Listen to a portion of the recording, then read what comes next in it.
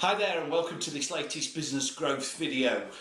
Today I'm going to talk to you about making sure you don't outsource the fat cat. Bit of a strange saying, you're probably thinking, if you've never heard it before. Well, let me explain what it's all about.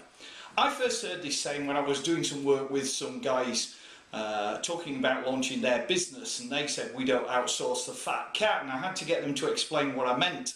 But I've got a great example for you that came up in some discussions with a company that I had earlier this week. When I sat down with that company, I found that the managing director had grown the company massively. But one of the things that he was doing was that he was managing his own Google AdWords. He was spending about £80,000 a year on Google AdWords, and he'd got it going reasonably well and was delivering some great results. Actually though, when we sat down and talked about where he was in his business, it meant that he was actually taking quite a significant amount of his time. Now, we talked about outsourcing that to an agency because it's not something that I'm a specialist in, and it's not something that I would profess or recommend that people manage on their own. Now he's grown that over a number of years and grown his own expertise. But when we talked about outsourcing it, we knew that if we outsourced it, we would be what I would term outsourcing the thin cat.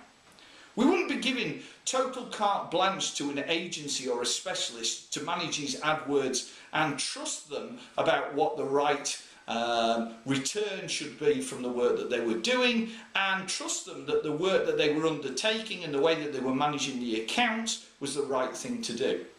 Because the managing director had got loads of experience and he'd built the accounts and understood how he'd driven results and response already, and because I'd done quite a bit of AdWords work when I was working in marketing agencies as well, we knew that we could challenge an agency to drive down the cost of acquisition and to deliver significantly better results.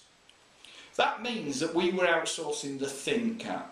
We weren't just giving them carte blanche. What we were saying was, we want you to manage our AdWords account, and we know what good management looks like. So we're going to be all over this, and we're going to be making sure that you're delivering results and the management that you're doing is robust and driving the right sort of improvements that we're looking for. So my question to you is, are you working with people and are you outsourcing the fat cat when actually you should be outsourcing the thin cat? If you do have to outsource the fat cat, maybe you need somebody sat on your side of the table just to make sure that the people that are working with you are doing a great job.